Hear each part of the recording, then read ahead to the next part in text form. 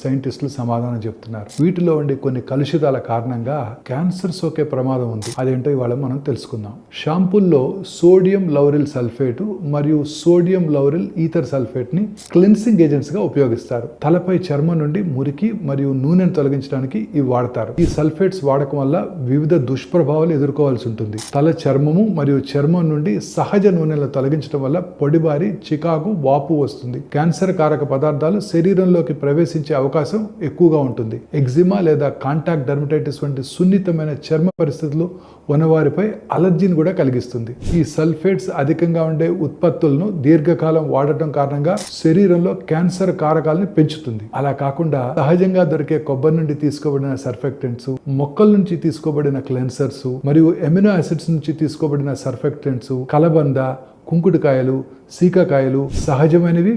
వీటిని ప్రత్యామ్నాయంగా వాడటం చాలా మంచిది.